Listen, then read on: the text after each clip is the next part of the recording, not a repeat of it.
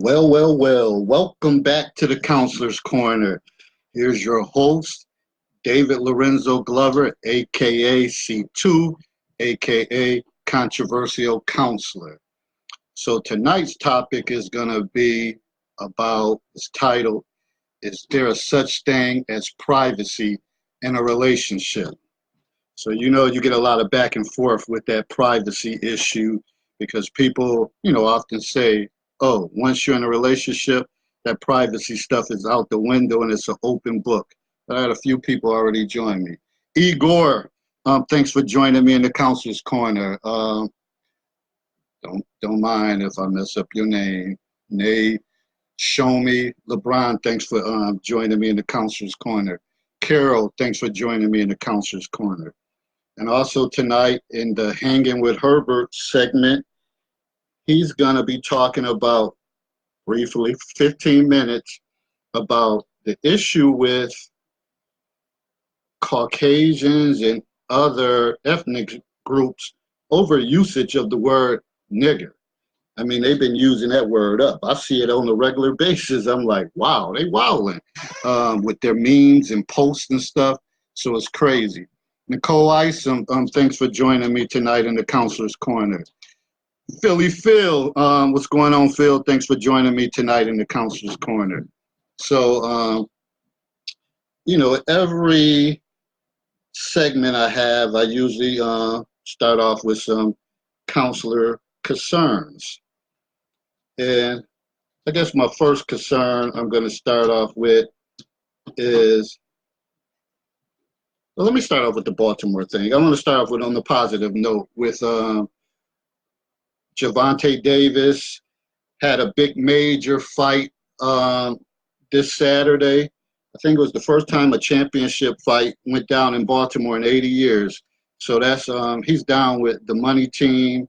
So that was Tank Davis. I think it was like 14,000 people showed up. And it killed me inside because I'm a big time boxing fan. And for something to be like 10, 15 minutes away from me and I don't go, and based on all the killings and stuff and the murders, I just didn't know if that was the place to be. So I leaned on the side of safety and said, you know what, I'm just going to watch it on Showtime. And, hopefully if, everybody was on their best behavior, and I'm pretty sure he's going to have another fight because, again, it was 14,000 people. It sold out. And people said it was no incidents. Everybody said, people were on their best behavior, which is troublesome in itself because we can do this all the time. And despite that, you would think we'd have rolled in Baltimore, we'd have rolled the momentum of that great event. But no matter what, it was still this weekend, 13 shootings and 6 murders. So it doesn't change, man. It doesn't change. And we can't use Tank as hope to make this city, to get a city hope.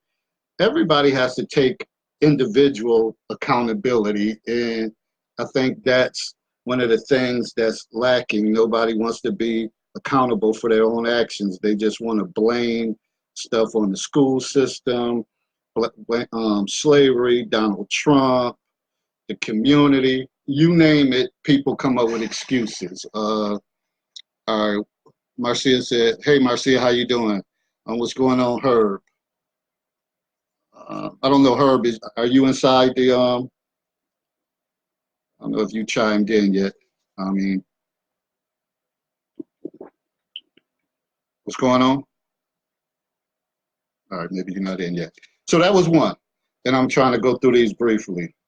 And the other one tied in with the Donald Trump thing. Donald Trump. Yeah, you're kind of going in and out. Yeah, I can hear you now. Trevor, what's going on? Ebony Swanson, thanks for joining me in the Counselor's Corner. So I don't know why people are so shocked at what Donald Trump had to say about Congressman Elijah Cummings. That's Trump, and people like to say, oh, anytime he, comes out with these type of tweets. He's trying to deflect on something else.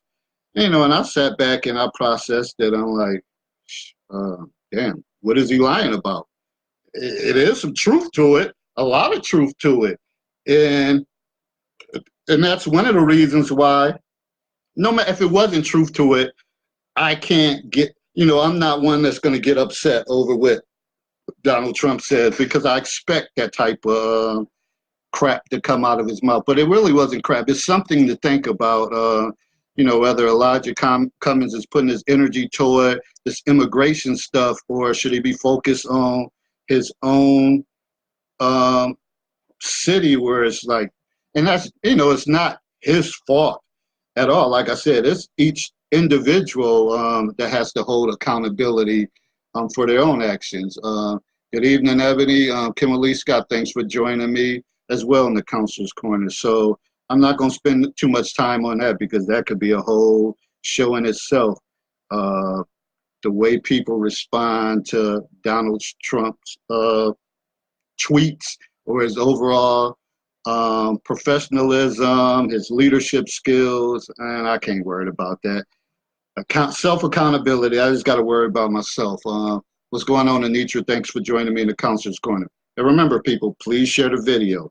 Please share. A couple more people did it last week, and you can see the difference. And I don't know what the hell is so difficult about sharing. But I bet you if Donald Trump ass was on here and he was calling y'all names and shit, y'all be sharing that all over the place. But maybe I need to get the Trumpster to call in. I'm gonna work on that. You're in that area. Yeah. That way not far. Might as well try it. And then the other one, I'm not even gonna mess with. I'm gonna try to bring that up during the segment of the show.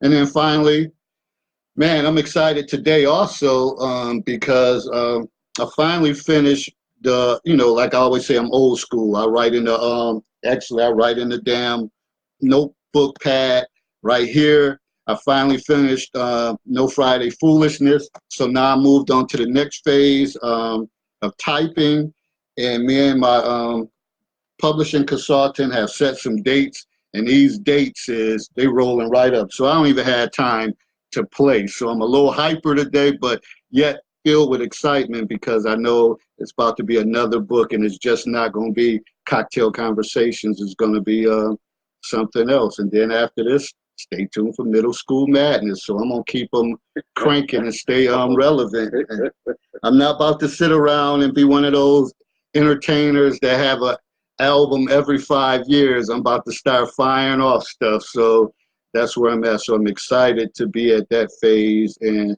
especially when I have deadlines and my back is against the wall. So that makes me even work harder. So again, people, please share the video, make comments throughout. You can call in. The call-in number is 605-313-5375. And the code is 669-542. And that's right above in the description. Sherry, you said you just made a post pertaining to this. Which part? Because I done said a lot in these last 10 minutes rambling off stuff. So just type that in, or feel free, you can call in. But now it's Herb's time. His segment of Hanging with Herbert. And like I said, I've been strolling through and been seeing a lot of posts, and I'm like, man, these white women wilding, just using the word nigga and joke. And it's like, and then you go through and read the thread, and you see black guys and they respond, and I'm like, what is really good? Because I wish somebody would be on my thread and outright saying that, oh, they're gonna get a pick. I'm not even gonna be child to say I'm gonna unblock them and all that. Our ass is gonna go toe to toe all day long. All day long. So without further ado, I will bring Herbert on to break that down for you. Man. What's going on, Herb?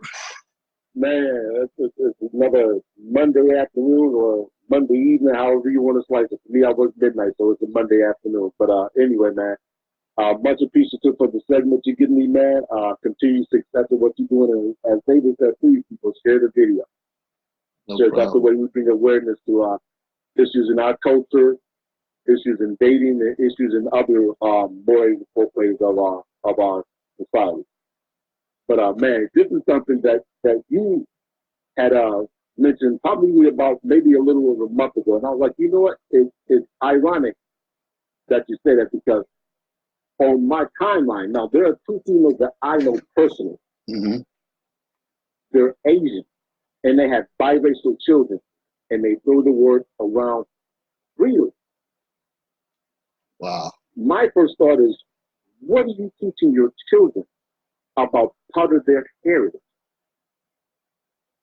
Because they're going to have to go into school. Not only are they going to have to deal with being African American, they're going to have to deal with being Asian as well. So it's almost as if it's a double whammy. And I asked, and as I start to get into this, I'm going to ask a series of questions, and I want everybody to ponder these questions. And if you need to, pull out a sheet of paper and just jot down your initial thoughts while I read these questions. Question number one is this: are you comfortable with being disrespected? Question number two: how often do you disrespect your elders? Question number three: why do you disrespect yourself? Question number four: why does our culture allow others to disrespect us in a manner that they do? And that's what you mentioned about, Dave, about going toe-to-toe with somebody on your thread, because I would do the same thing. Mm-hmm. Question number five: how often do you hear other demographics refer to themselves with language that has its origins from oppression, subjugation, or colonization? Definitions that were meant to be derogatory or otherwise unflattering. Words that were meant to demean or cause spiritual or emotional harm. Now, keep in mind as I start to get into what I'm getting ready to read those questions and think about the answer. Our culture is the only one where we take pride in putting the wretched first and the noble last. Where the educated man is considered lame and the street hustler is idolized. We can see chitlins, hog logs, pork rinds, and pigs. Then wonder why our overall health is rated the worst in a country where medical technology is among the best. We've taken the worst of what we were given and made it the best. But I have to ask myself, is it really the best? You think speaking broken English is cool and grammatically correct English is acting white. This reminds me of when I was doing a bus stage, probably about 21, 22, and we were in the room with our organization, AASO, which stood for African American Student Organization. And we had a knockdown, drag out discussion about this. And in the room was, of course, the students from the organization and women then who were probably about my age, which is late 40s. And we went toe-to-toe about this, toe-to-toe. And they were adamant that you guys don't understand the damage that that word does to your psyche, to your development, and worse, to your kids that you are going to be thinking along. Because if you have that mindset now, you're going to have that mindset then. So now we look at the music, television, and even on the street, that word is so pervasive that we don't even think about it anymore. It's just a term of quote-unquote endearment that is used to greet people, to mean people alike, and it's gotten to the point where I have to ask myself, why? Why do we continue doing that? And this is some of the stuff that you hear. Just nigga this, nigga that. It's a term that's more destructive than anything that's charged from the end of a barrel or hit with a bat. A word that had its origin in describing people of color or people that were chattel slaves. Like I said before, it's used by our oppressor. So why would we want to embrace that? I'm genuinely puzzled that we would identify with such terms, designed with only one thing in mind. That is to keep us in a form of a category of subhuman, where our ancestors were classified as being 3/5 of a man, and when they reach that threshold of being a man, we are getting 2/5 of what that means back.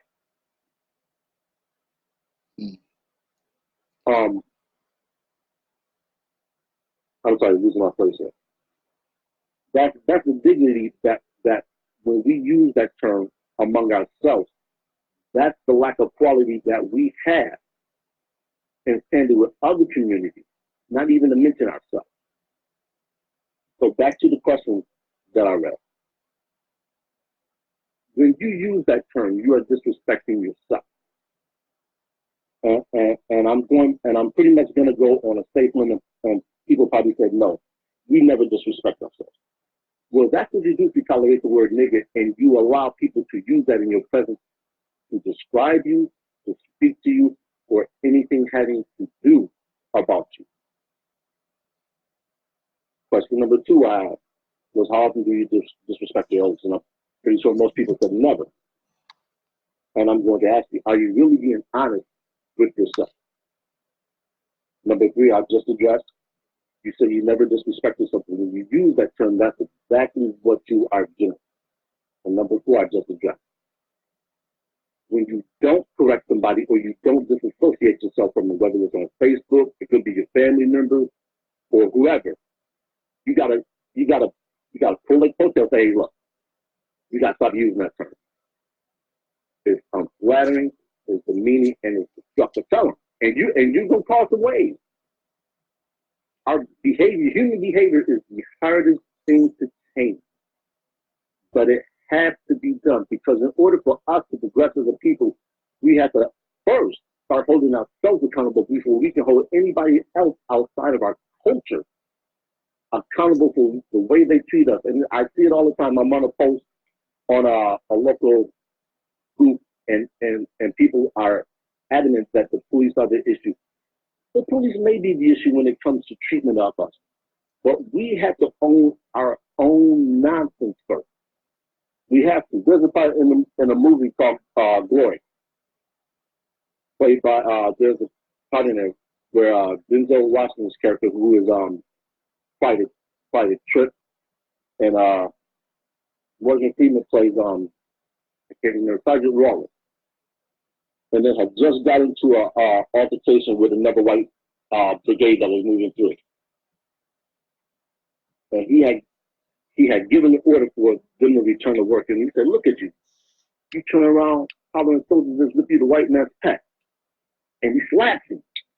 And he goes on a soliloquy about what it is to be a nigga. So if you haven't seen Glory in a while, or you've never seen it, I would encourage you to watch that movie and pay particular attention to that incident, because that's a lot of what we need. We need somebody to smack us, wake us up out of that malaise so we can start to progress and move forward. And the last thing, with hearing other demographics use language towards themselves and each other, that's unflattering. We don't ever hear Spanish people refer to each other as spit. We don't hear Caucasian people refer to each other as crackers. We might hear them say white trash, but that's their equivalent to the term nigger. We don't hear Native Americans call each other redmen. We don't hear Middle Eastern people referring to themselves as fan niggas. I've heard that term before, which I think is even worse. I've heard I've never heard what was the other one? We never hear Asians refer to themselves as oops or tinky eye. Why? Why is it that our culture openly embraces dysfunction, and then we wonder why we can't get ahead? Just some things to meditate on, people. So people, anybody got any commentary on that? Something you want to type in? Something that you may want to call in and say it? But like Herbert said, I think it's just like a natural thing to say. And I always got a middle school story. That's why I'm coming out with the book, Middle School Madness. So I just remember one day, I think it was this past school year, I'm coming around the corner, see one of the students that I'm close with. His sisters actually finished, completed.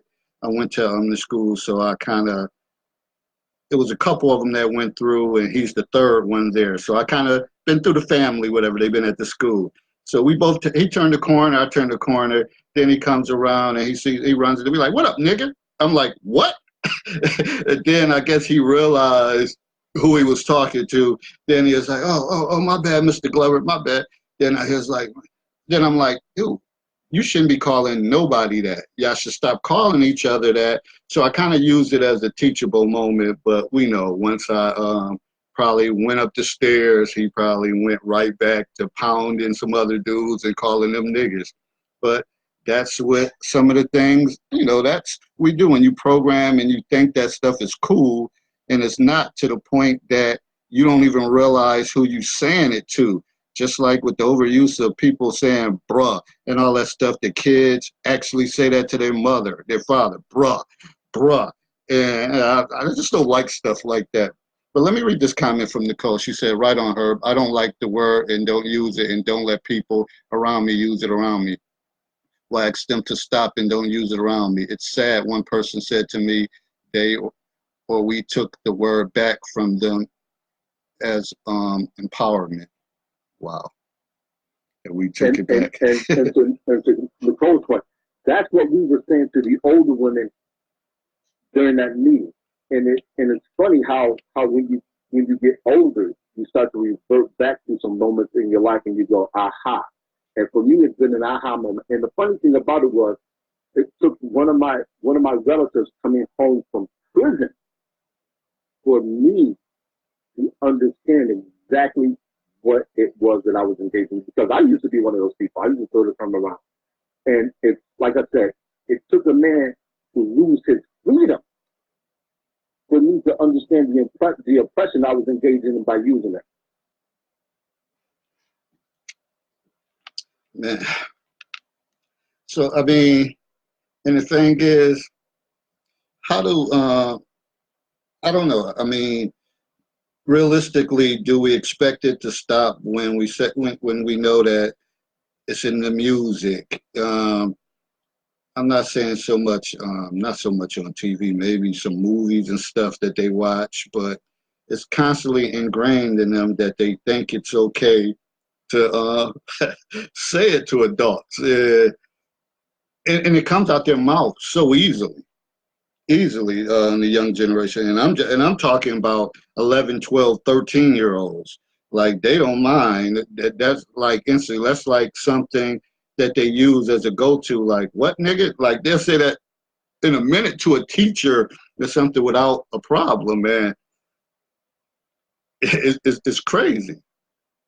So some of this stuff, again, we always say, the behavior in the homes and stuff.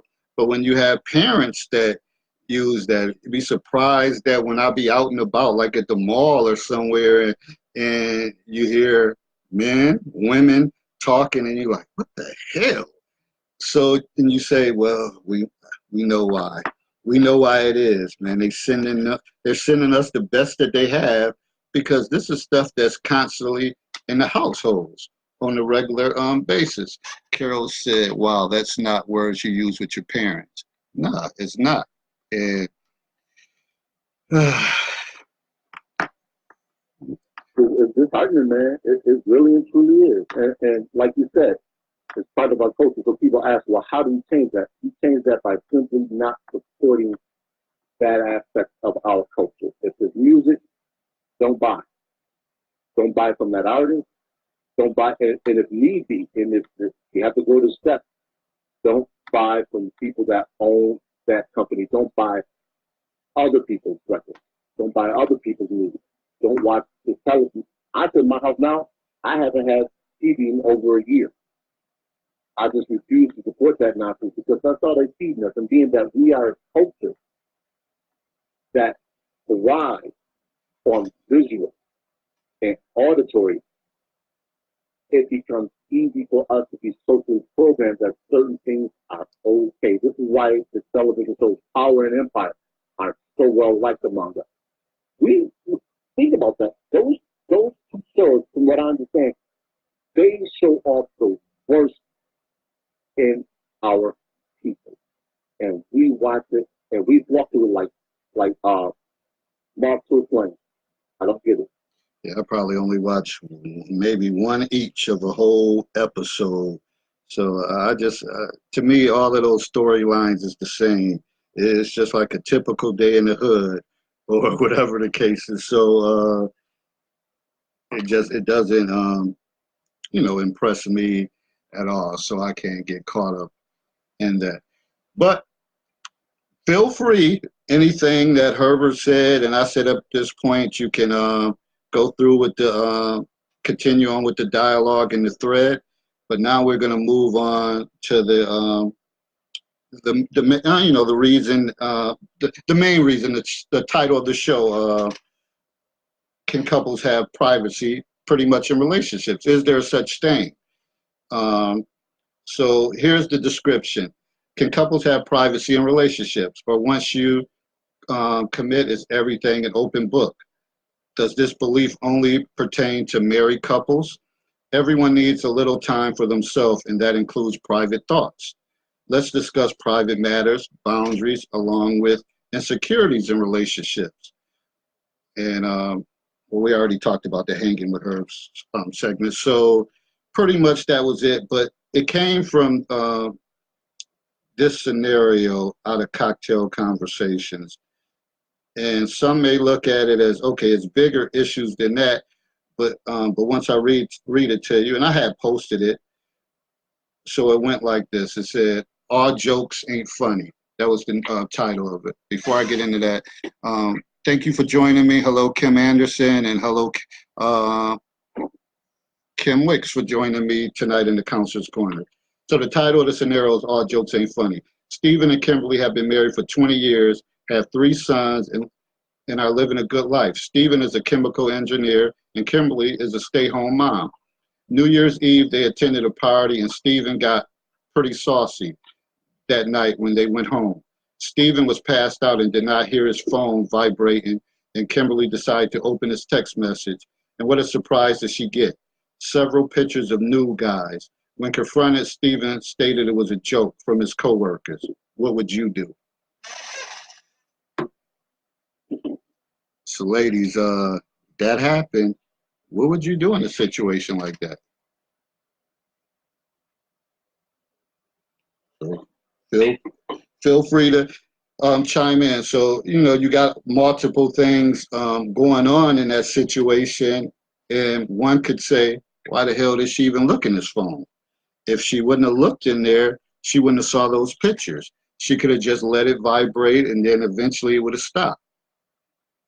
Or was it prior reasons or something going on that made her say, you know what, his ass is over there sawing wood, knocked out. This is the opportunity. I'm going to see what's going on in his phone.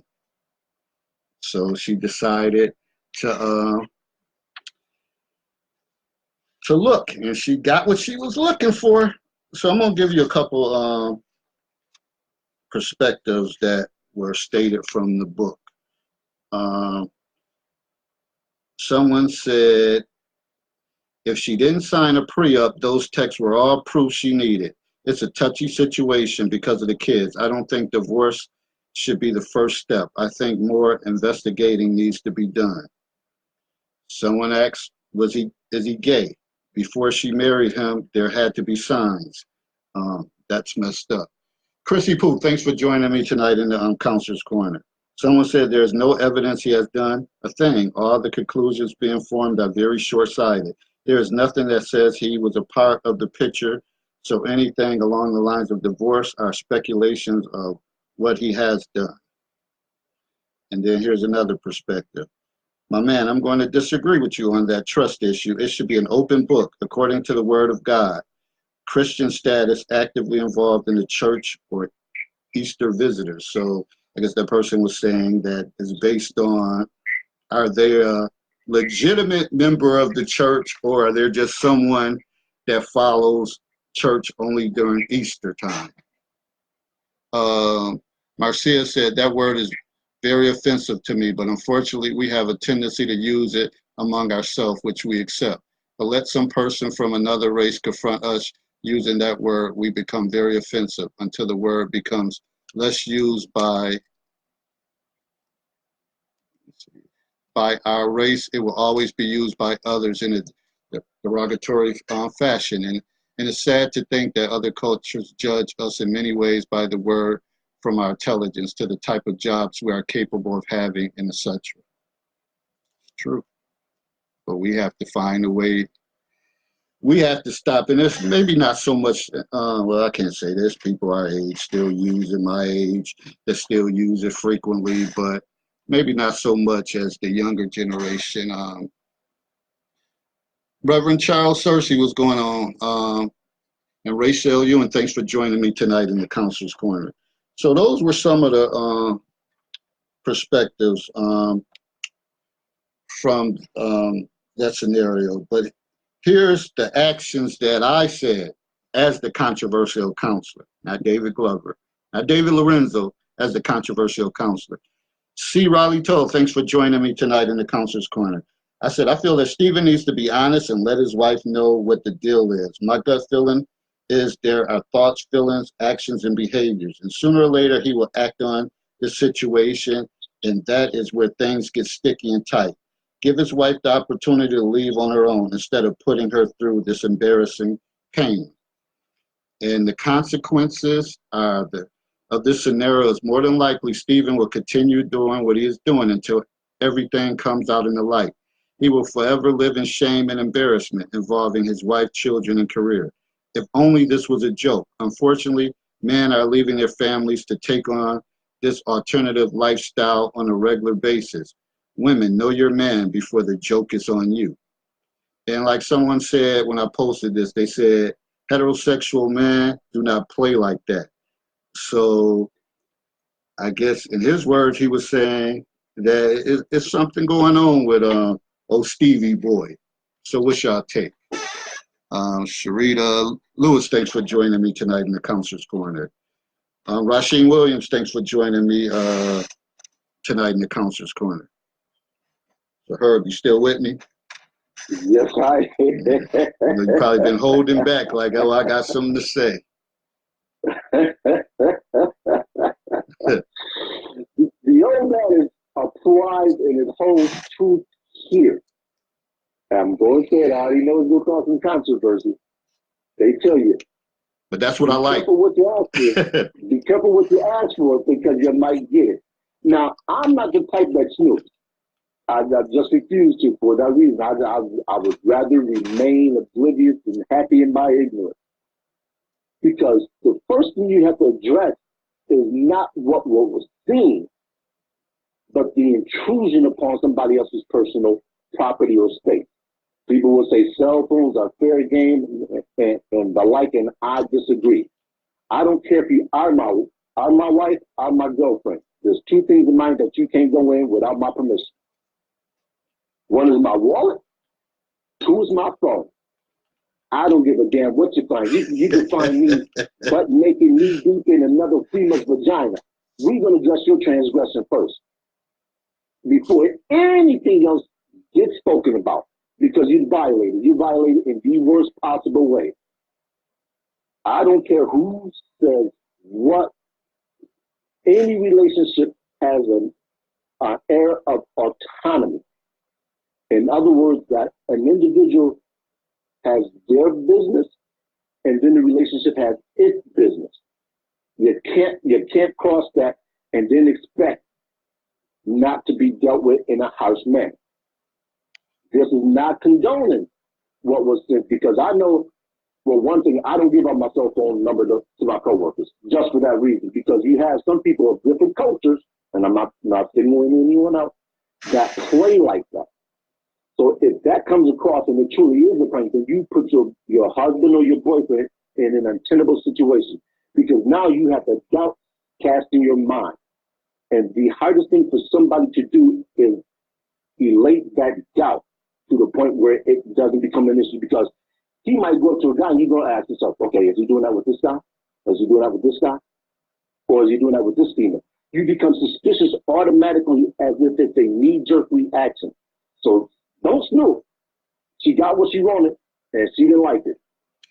Yeah, I think that would be tough. And like you said, like he would always be under the microscope at home.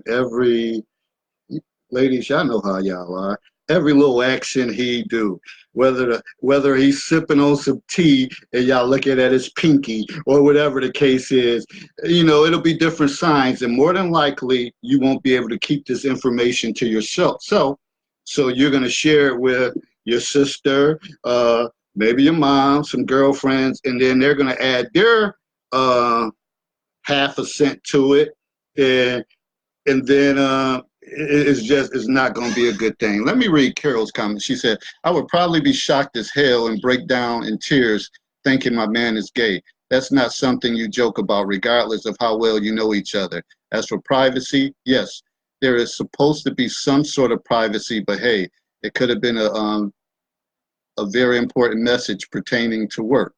Okay, but does that give her the right to go through and check it out? It's not her job. So unless he's like a doctor or something, but he's a chemical engineer, and hey, it seemed like it might have been on the weekend. So therefore, shit, he would get to it when he get to it. So that's not an excuse. I'm not checking for that one. Felicia Chosen Sullivan, thanks for joining me tonight in the Counselor's Corner. So moving along with some more. So now that Kimberly has found these new pictures in Stephen's phone, and he told her it was a joke by his coworkers, or could it be one of these reasons? A download discussion on why it's going down from some DL guys. Now remember, we don't know if that's really the case, but there are some guys that's doing it, and it's rapid. It's on the increase. Number one, hooking up with other men, to me, this is from a perspective of a guy who's a down low guy. He said, hooking up with other men, to me, is a non-complicated way of releasing sexual steam. He explains, it's simply a physical release with no pressure. So pretty much saying you don't have to worry about all the riffraff. Him and that person know what it is. He get off, and there's no pressure, and he goes about his business. I will say something, but no comment. No, not with you comes to mind. Yeah. And number two, I seek out other men for the simple fact that they are in the same boat as me. We said I seek out other married men, and they're in the same boat as me, and hopefully can relate to what I'm looking for. I do not want to jeopardize my marriage. So when you start thinking like that, this guy is trying to ride it out. He's trying to act like he got that perfect life, got her totally snowballed, and meanwhile, he bumping and grinding with Rufus on a regular basis. They hooking up. It's crazy. Number three, it goes down when I feel my marriage is in a slump or getting boring. Being with a man invigorates me. Oh man, ain't no man gonna invigorate me, whatever. It's too many pretty women out here but each to each his own. So I can't even get into all that. And number four, some of the most recent women I dated knew my lifestyle and still thought I was interesting and attractive regardless. So that brings up a question too. Women, would you date somebody that you know that got down like that? And I'm not saying if you were already married with them, but if y'all had a discussion and y'all putting everything on the table and they say, yeah, I fooled around. I got my swerve on a couple times. What would be your response? Answer that or call in with the answer. Carol said, when in a committed relationship, there's nothing to hide. Who's to say he doesn't go through her phone and they're okay with it? And Nicole said he can get butt at home if she's on the same page.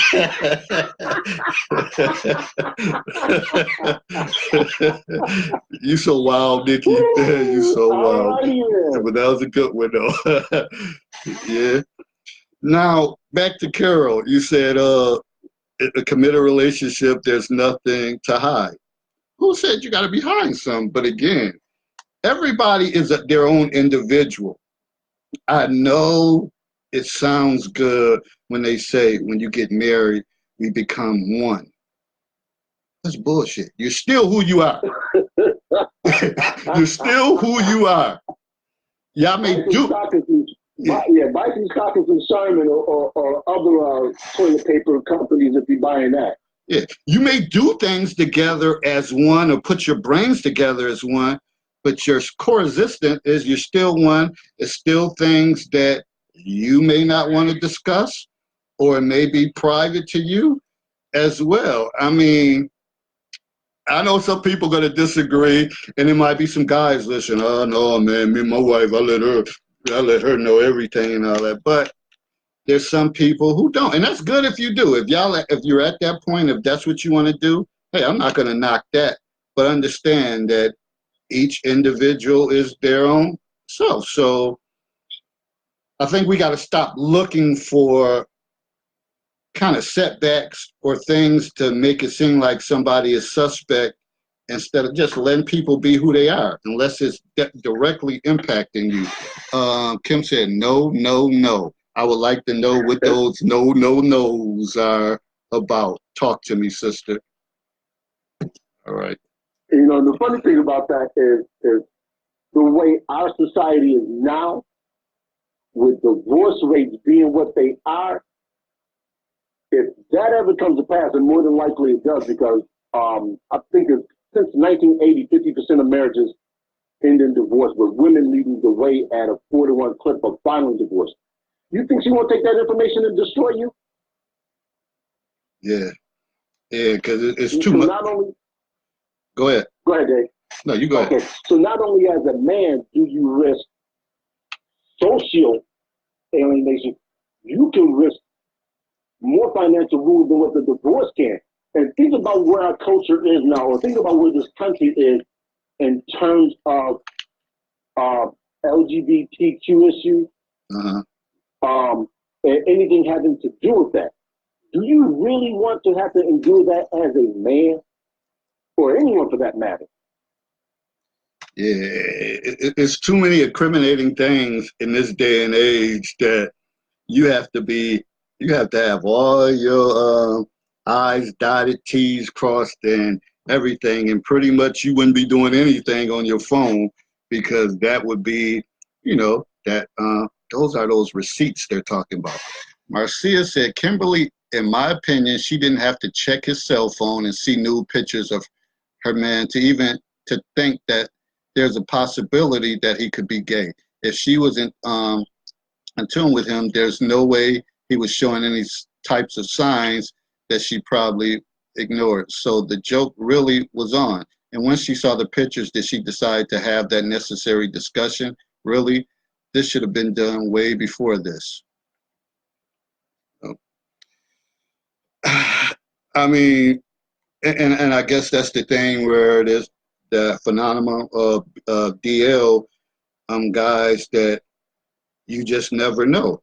The guys that you think is the coolest, the finest guys, or whatever you call the guys that had, the popularity, who you would never think, you find out, like I have to say, and even we know Niagara Falls is a small town. You get some of that information dropped on you, and they talk about certain guys. You're like, wow, like really, and even then, your whole outlook of that person changes, and it shouldn't, because remember, everybody can do what they want in America, so it's okay. You shouldn't treat anybody different or whatever the case is. But no, we know that in reality, people are going to get treated different, especially if you're pretending to be one way and carrying on another way.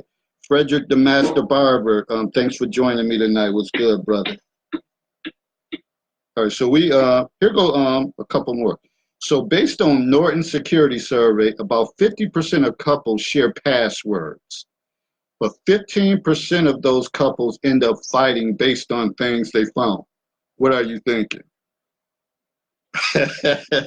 So 50%, that's more than half, share it, but then you have about I don't even feel like doing math. No, y'all can do the math for y'all math people. When you think of, when you got 10 people uh, 10 married couples, and 5 share their passwords, and then you might have a little less than 1 that they end up getting into altercations, and you might say, well, that's not bad.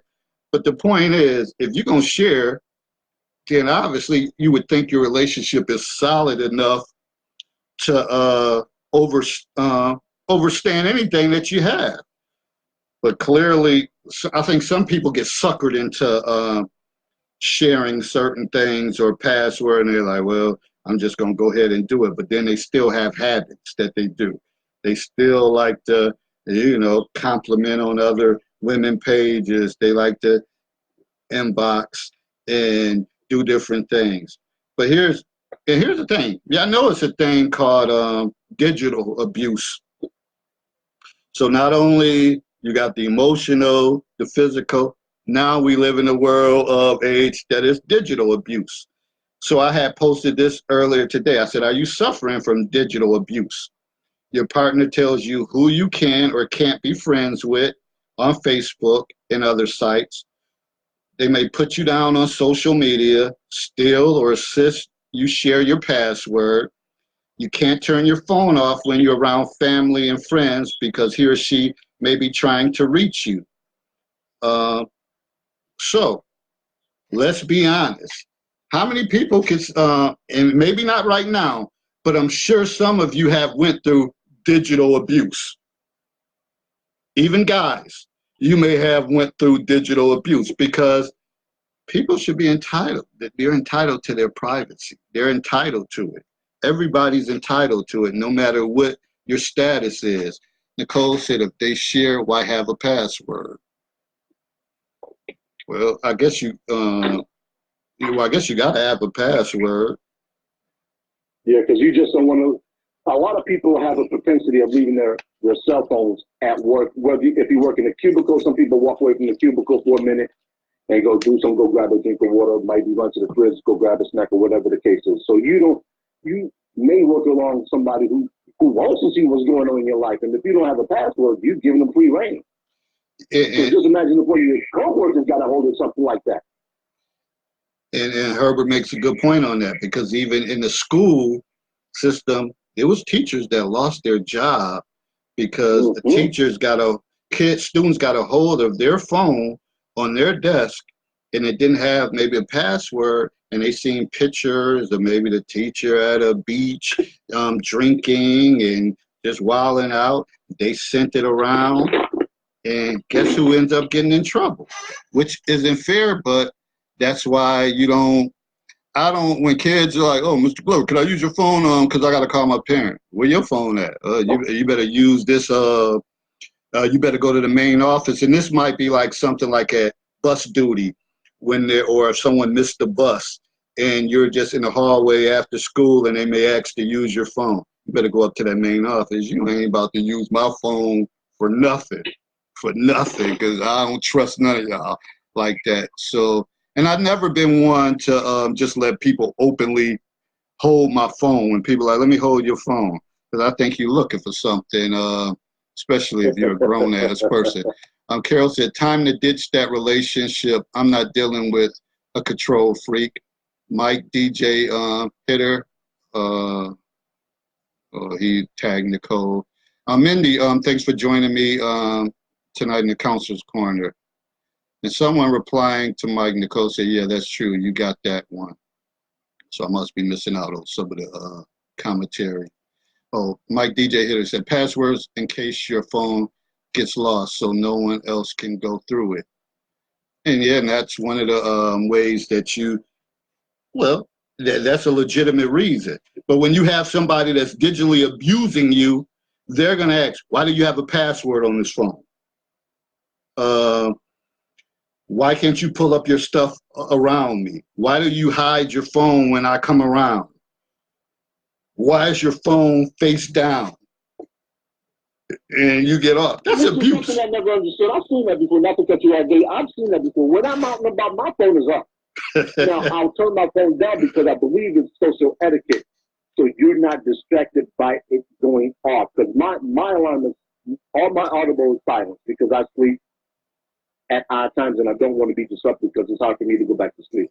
But I turn my cell phone down when especially if I'm in the company of somebody. I want to give them my undivided attention. I just think that's a part of extending courtesy to them and not being rude. But that's just my perspective. Yeah.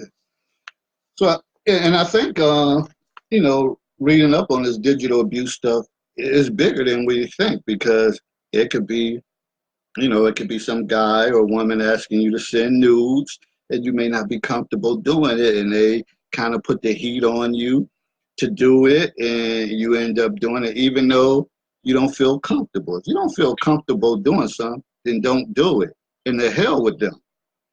But a lot of people end up doing things like that because they just want to kind of save face and don't want to go through an argument, and they just take those type of chances.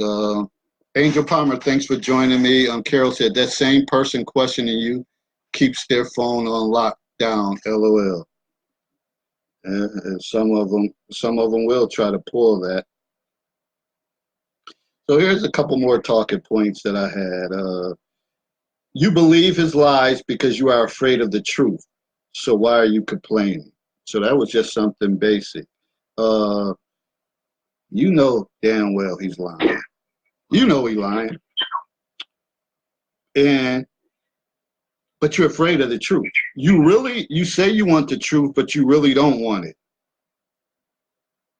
So you just go along with it. Why does that happen? Or vice versa. Sometimes it happens with guys. Some guys, some women have them sniffing around like dogs. And if they show you part of their skin, your ass is open and weak and fall victim, and you know that they're running game on you, but you're too caught up that you really can't do anything. So why is that? Anybody? And here's a true or false question. It says your spouse or partner is not entitled to.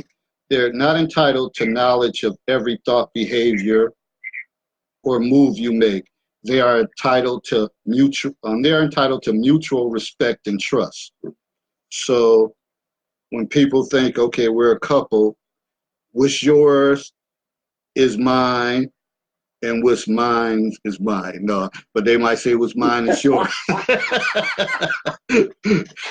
that old trope that women love to use. Oh, no. It's mine. No. It's mine. And fellas, y'all have to lay it down. I'm sorry. If you don't, my mother always told me don't start now, won't be none. And I've always say that, in my satchel, So when a situation comes, when push comes to shove, I'm not going to stand around idly and take shots. I'm giving them back. I'm giving them back 2, 3, 4 at a time, just to let you know what you're dealing with. And people who listen to the show know I don't pull punches. So if you want to start that, just make sure you can withstand the barrage that's coming, because it's coming. And that's kind of my mantra too. But I'm more. I ride the Money Mayweather thing. I'm more of a counter puncher. I might not directly attack you at first, but if you attack me, that's pack your lunch. You in for a long one. We gonna battle it out. And I'm not gonna battle you out directly, like especially like on social media and like on a thread. I'm gonna invite you to this platform, and I'm gonna see when the lights is bright and you can call in and we can go back and forth. Shit, I'm undefeated in that. Yeah, and I don't recall anybody ever taking up on that challenge. Usually they run and hide under covers. What time is your show? David? I go to bed at 8 o'clock. Really? Really? That's the type of stuff that I get. Mike said, trust is the key. Without it, no need. And that's true. Ronnie Maxwell, what's going on, family? Thanks for joining me tonight. Priscilla, thanks for joining me tonight in the Counselor's Corner. And at the end of the day, that's what it boils down to, trust. But we also have to understand this. And sometimes I think a lot of times people are dealing with fool's gold and they lie a lot about stuff. Typically, if you've been in like some long-term relationships, I don't know if many of them and I said this before, if many of them end in like, okay, this just didn't work out. I wish the best for you. I hope you finish your master's degree, and I hope you get that promotion at the job. Keep in touch. I don't think so. A lot of times, not all, but a lot of times, a great percentage, you're probably leaving with bitterness and resentment. And without actually healing and doing something different, you go into other relationships with this baggage. So the trust issue is always going to be there. So it takes a special connection to kind of work through it. And not too many people can do it because, shit, at first, once that honeymoon stage is over and you done wined and dined, now y'all moved it to the point of bumping and grinding, and you getting in a little work, you John Deering it, then all that other shit come out. And that's when, a lot of problems occur.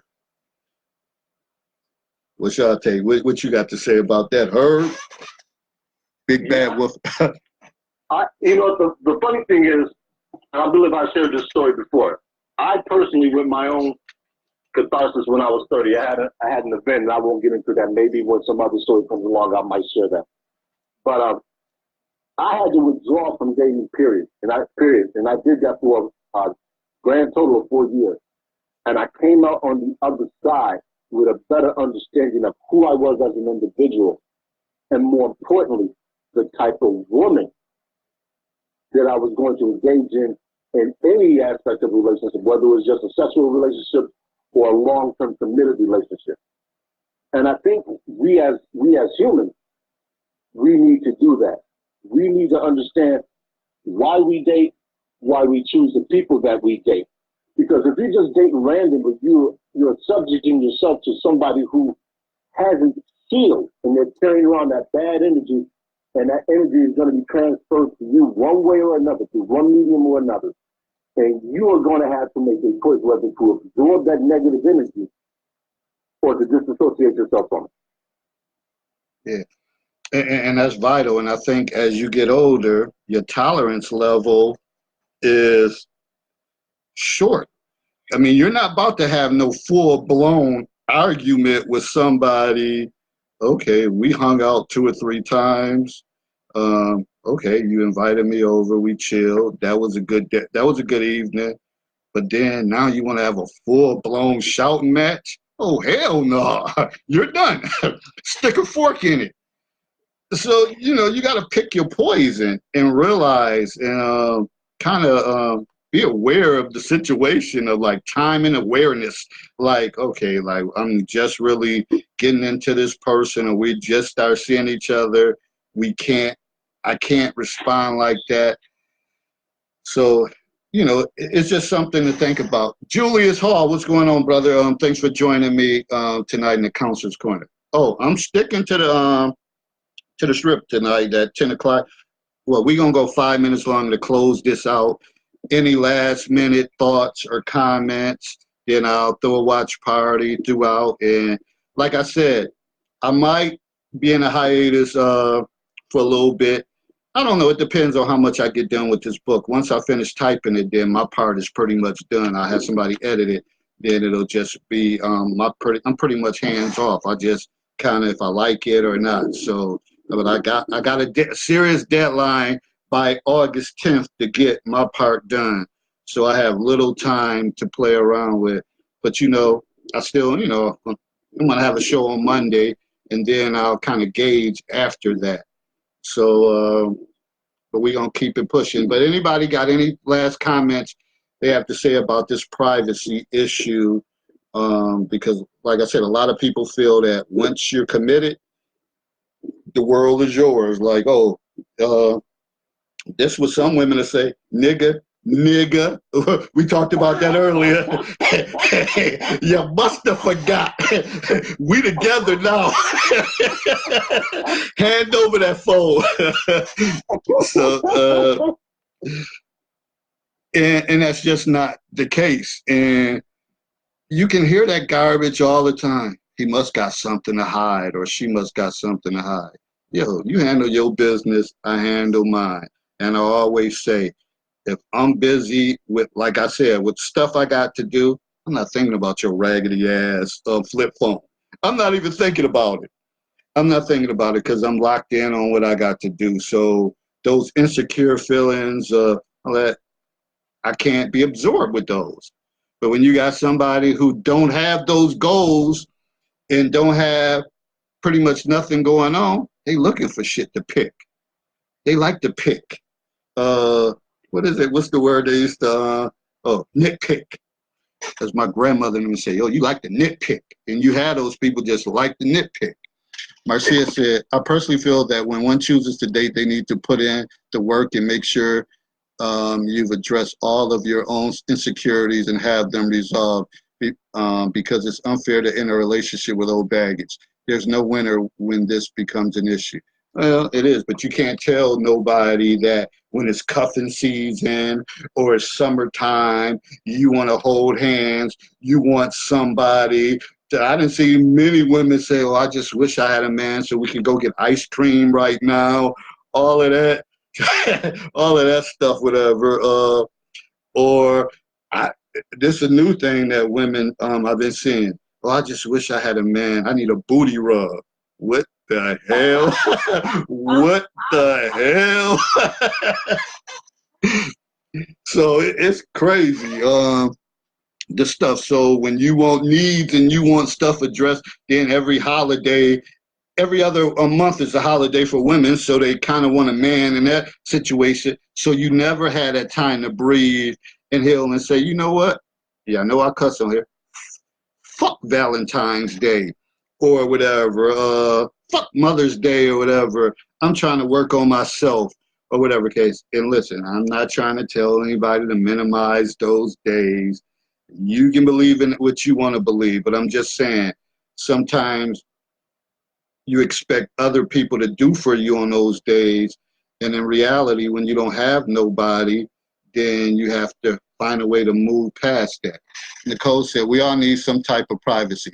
Go hang with your boys, etc., and meet with my girls, or even just alone time is needed. Yeah, everybody needs time for themselves. Herb, you got any last final words?